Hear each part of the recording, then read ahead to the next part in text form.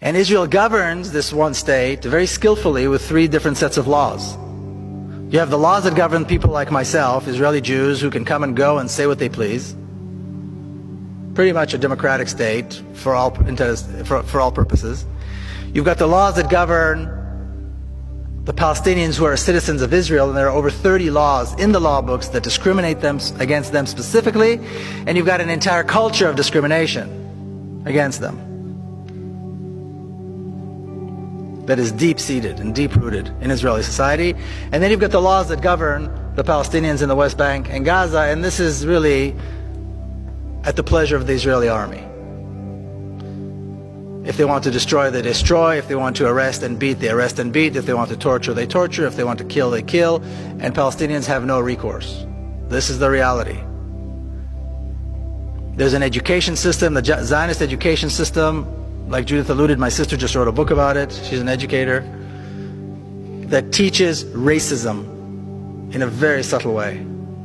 There's a bureaucracy, an entire bureaucracy, that is dedicated to making life impossible for Palestinians through all kinds of restrictions and permits and requirements that are absolutely uncalled for and unnecessary, but are all given and provided under the guise of security.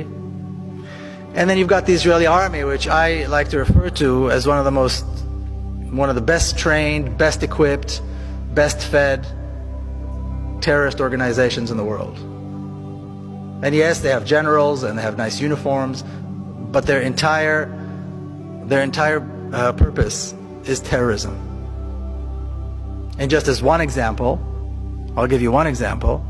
Almost exactly 4 years ago, as Israel began its attack on Gaza, September the 27th, 2008, at 11:25 in the morning,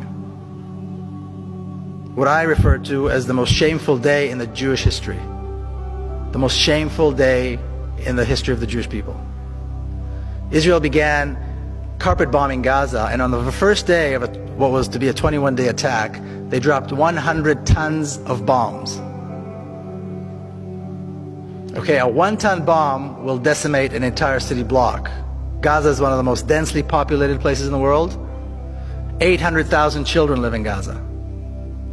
11:25 is exactly the time when the morning school shift and the afternoon school shift change. So all the kids are in the streets. All the children are on the streets. That was the moment decided by the decision makers in Israel to begin the attack. This was the first day of a 21-day slaughter that had absolutely no justification. If that's not terrorism, I don't know what is. And this is how the state of Israel manages to control the different populations and somehow still keep up this very sweet liberal kind of face to everything.